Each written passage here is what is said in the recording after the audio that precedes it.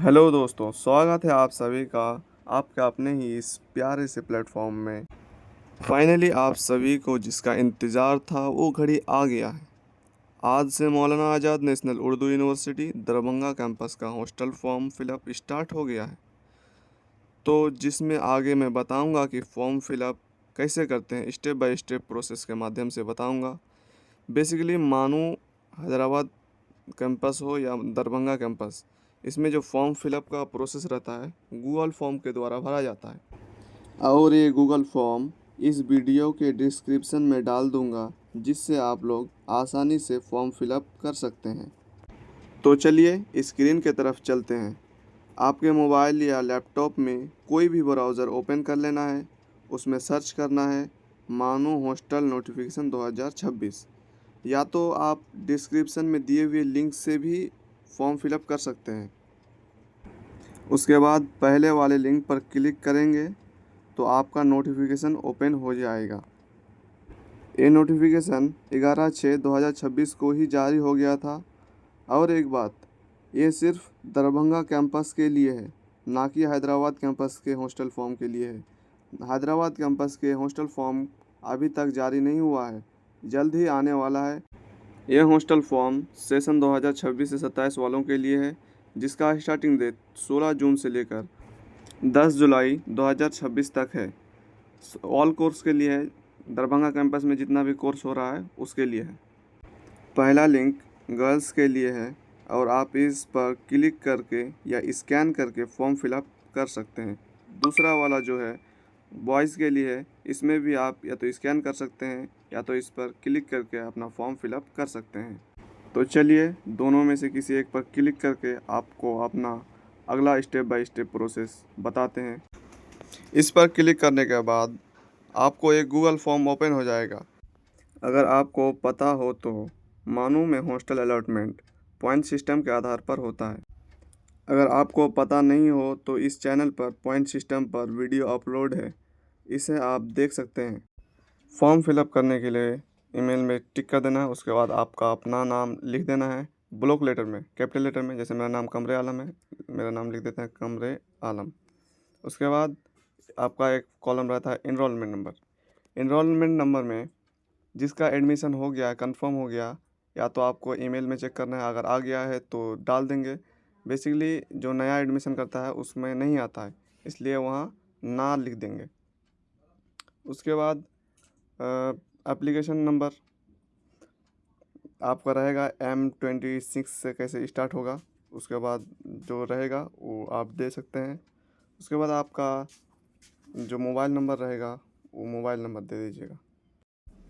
जैसे मेरा mobile number है तो मैं मोबाइल नंबर नहीं दे सकता हूँ यूट्यूब के प्राइवेसी के कारण, तो इसमें कुछ डाल देते हैं, कुछ भी। उसके बाद आपको चला जाना है अल्टरनेट मोबाइल नंबर। ये भी कंपलसरी है, मोबाइल नंबर भी कंपलसरी है, अल्टरनेट भी नंबर भी, ये भी कुछ डाल देते हैं। उसके बाद कंपलसरी है तो डालना ही पड़ेगा, नहीं डालेंगे तो नहीं चलेगा। उसके बाद फादर्स नेम डाल देना है कैपिटल लेटर में, जैसे MD जहांगीर है, डाल दिए। उसके बाद आपको मदर्स नेम डालना है, वो भी कैपिटल लेटर में डालना पड़ेगा, कंपलसरी है। जैसे मैंने डाल दिया, मेरा मम्मी का नाम नायरा खातून, ठीक है।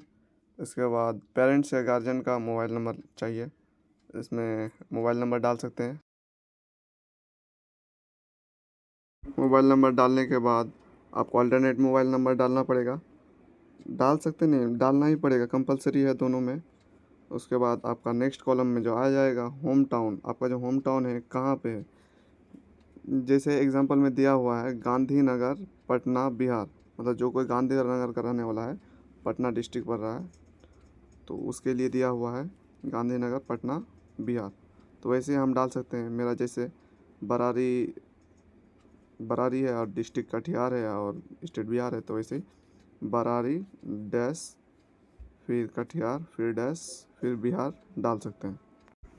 फिर नेक्स्ट कॉलम में जो रहता है परमानेंट एड्रेस, एज़ पर आधार कार्ड, आधार कार्ड में जो है एड्रेस परमानेंट वही वाला डालना है।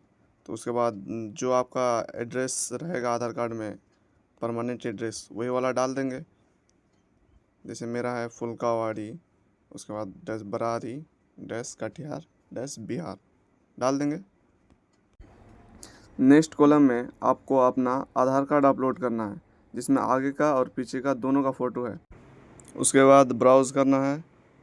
ब्राउज़ करने के बाद आपका जो आधार कार्ड रहेगा उसको सेलेक्ट कर लेना है।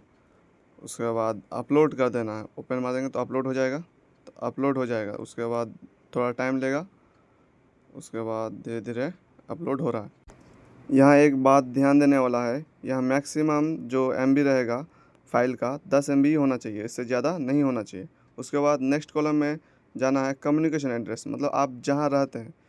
तो मेरे हिसाब से जो परमानेंट एड्रेस है और कम्युनिकेशन एड्रेस है उसको सेम ही डाल देना है। जो परमानेंट एड्रेस में डाले थे वही वाला, जो परमानेंट एड्रेस में डाले थे ना वही वाला उसमें भी डाल देना है।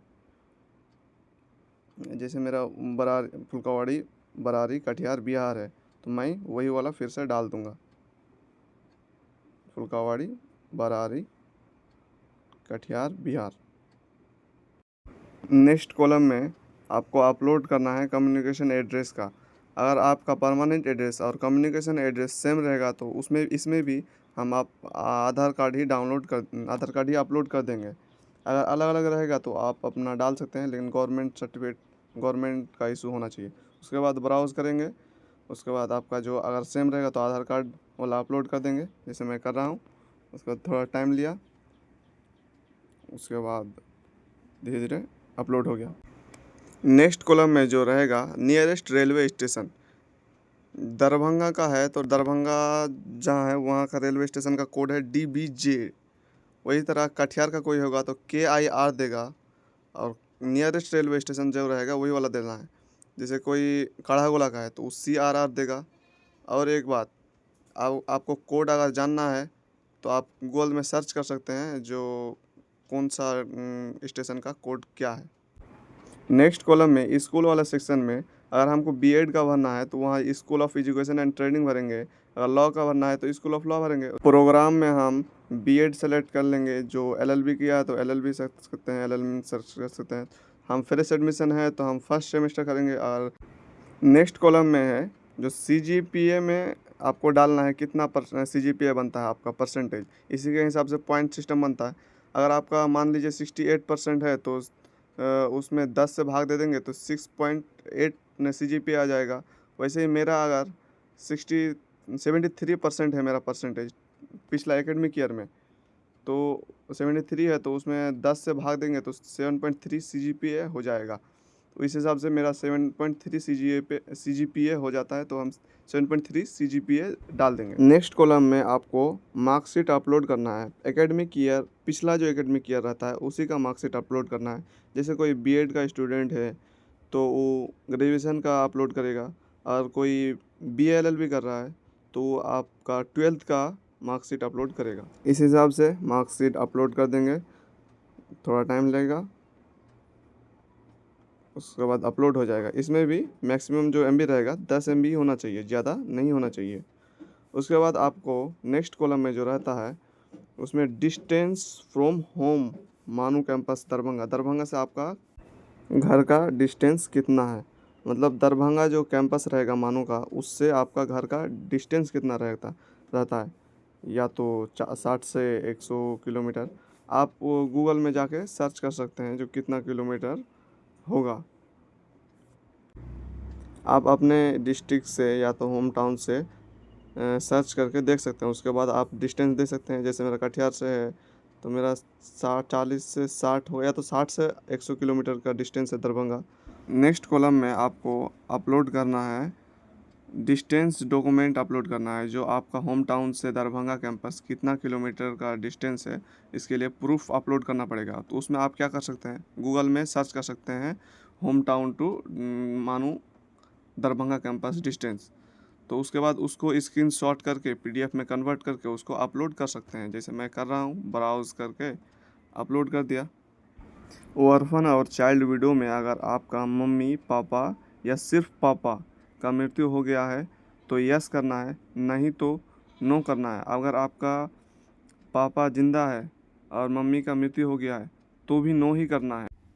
नेक्स्ट कॉलम में आपको कैटेगरी चूज करना है, general, UWS, OBC, SC ST, जो है आप उस सेलेक्ट कर सकते हैं। जैसे किसी का ओबीसी है तो उसमें चूज करने के बाद आपको ओबीसी का डॉक्यूमेंट अपलोड करना पड़ेगा। तो ओबीसी का कोई है तो ऐसे आप ब्राउज़ करके अपलोड कर देंगे।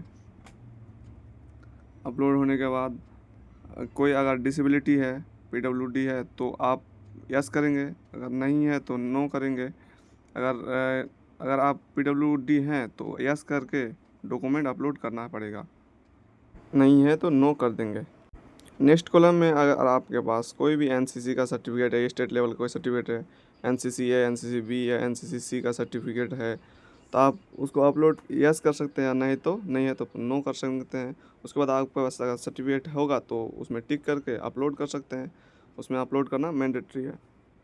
उसके बाद आपको स्कॉलरशिप रिसीव हो रहा है कहीं से, नहीं, बिल्कुल नहीं हो रहा है तो नो कर देंगे।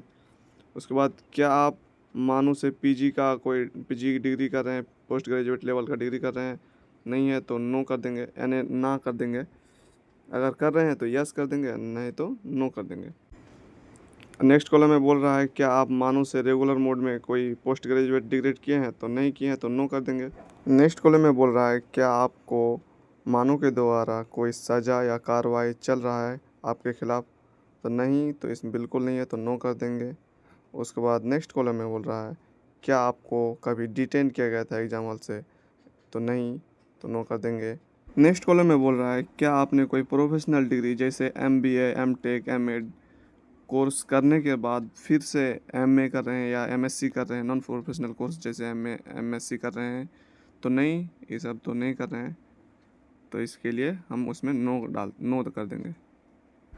नेक्स्ट कॉलम में आपको फी रिसिपिएंट अपलोड करना है, ये मैंडेटरी है, तो इसके लिए हम ब्राउज़ करेंगे। ब्राउज़ करने के बाद आपका जो फी रिसिप्ट का पीडीएफ होगा उसको सेलेक्ट करेंगे। सेलेक्ट करने के बाद आपको अपलोड कर देना है, थोड़ा टाइम लेगा, उसके बाद अपलोड हो जाएगा। नेक्स्ट कॉलम में यह बता रहा है कि मैं स्वीकार करता हूँ कि आवेदन देने से हॉस्टल अलॉटमेंट की गारंटी नहीं है। तो ये तो बात पहले से पता है, जो आवेदन कर देने से हॉस्टल मिल ही जाएगा, ये बात कंफर्म नहीं है। तो इसीलिए आपको इसमें एग्री वाले बटन में क्लिक कर देना है। नेक्स्ट कॉलम में फिर वही दिया वाला डिस्क्लेमर जो मेरा दिया गया आवेदन सब सही है, अगर कुछ भी गलत पाया गया तो मेरा आवेदन रद्द कर दिया जाएगा, इसलिए पहले ही से चेक कर लो आवेदन सही है कि नहीं है। और वही बात है जो अगर आवेदन देने से हॉस्टल अलॉटमेंट कंफर्म नहीं है, इसलिए एग्री कर देना है। उसके बाद सबमिट कर देना है। सबमिट होने के बाद कुछ ऐसा इंटरफेस आएगा, एक सेकेंड रुकने के बाद कुछ ऐसा इंटरफेस आ जाएगा। उसके बाद गर्ल्स के लिए भी वही है, फिर जाके नोटिफिकेशन में जाके वो वाला सेक्शन में जाके पहले वाला क्लिक करने के बाद गर्ल्स वाला सेक्शन में जो रहेगा तो गर्ल्स का फॉर्म वहाँ क्लिक करने के बाद गर्ल्स का फॉर्म ओपन हो जाएगा। उसके बाद आप भी वही सेम प्रोसेस है, कोई अलग नहीं है, इसलिए भर दीजिएगा। या तो इस वीडियो के डिस्क्रिप्शन में जो है उस लिंक से जाके डायरेक्टली उस पर क्लिक करके आप डायरेक्टली फॉर्म भर सकते हैं। गर्ल्स के लिए अलग कर देंगे और बॉयज़ के लिए अलग अलग हम लिंक डाल देंगे, आप लोग कर लीजिएगा। Thank you.